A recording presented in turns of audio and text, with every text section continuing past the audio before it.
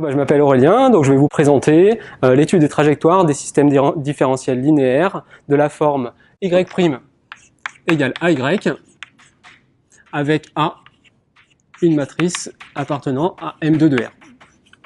Donc on va décomposer en trois cas, et le premier cas, c'est si la matrice A est diagonalisable dans R. Donc on appelle lambda 1 et lambda 2 les deux valeurs propres réelles de A, et V1, V2, les vecteurs propres associés.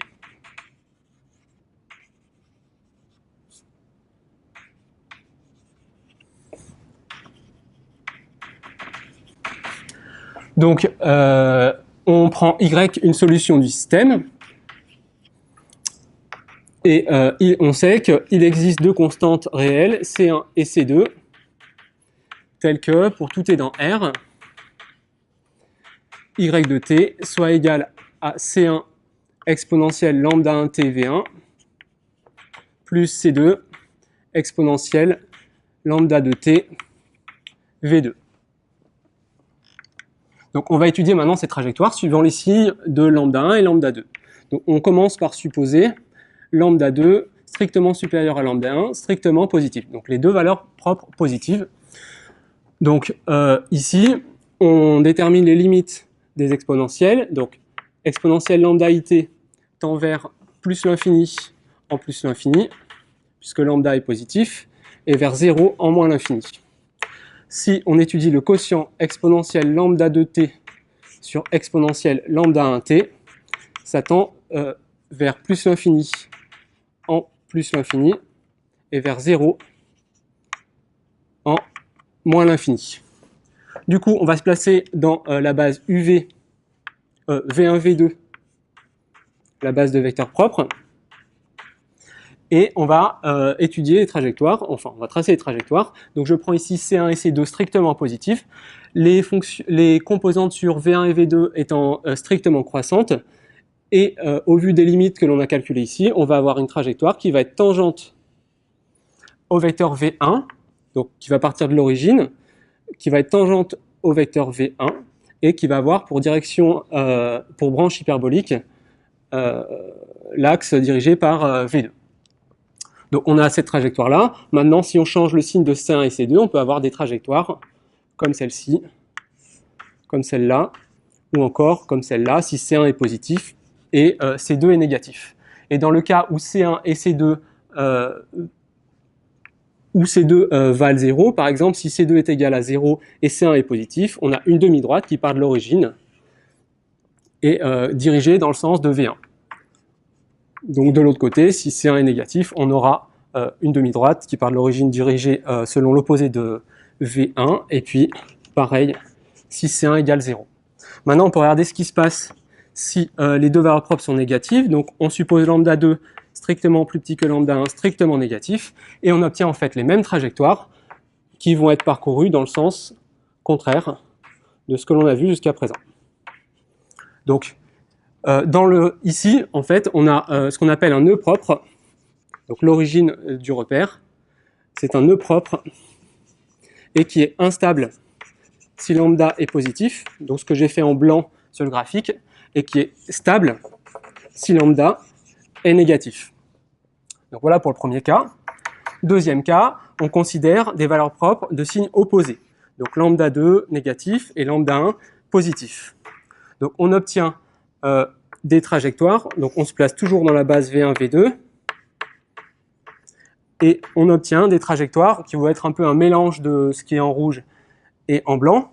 Donc comme j'ai pris lambda 1 positif, si C2 égale 0, on obtient une demi-droite qui part de l'origine dirigée par V1, si C1 est négatif dans l'autre sens, et si C1 vaut 0, cette fois-ci, on obtient des trajectoires comme ceci.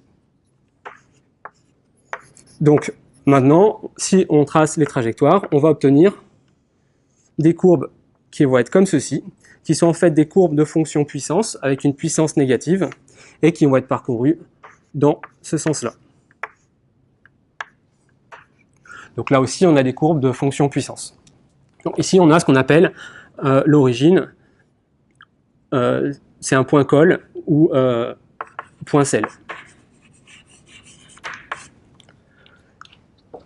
Donc on va maintenant considérer le cas où lambda 1 est égal à lambda 2. Donc dans ce cas-là, la solution du système s'écrit sous la forme y égale C1V1 plus C2V2 exponentielle lambda 1 t. Et donc, dans la base UV,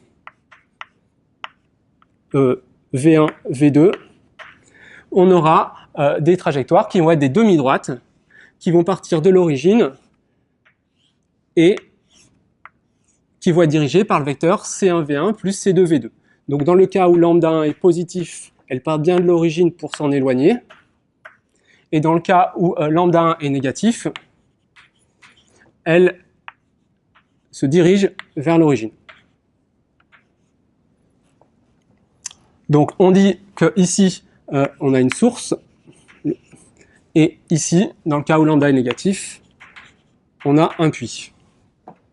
Donc maintenant, il nous reste à étudier les cas où les valeurs propres sont nulles. Donc on va d'abord faire le cas lambda 1 égale 0 et lambda 2 différent de 0. Donc cette fois-ci, on obtient des demi-droites dans la base V1, V2. Donc des demi-droites.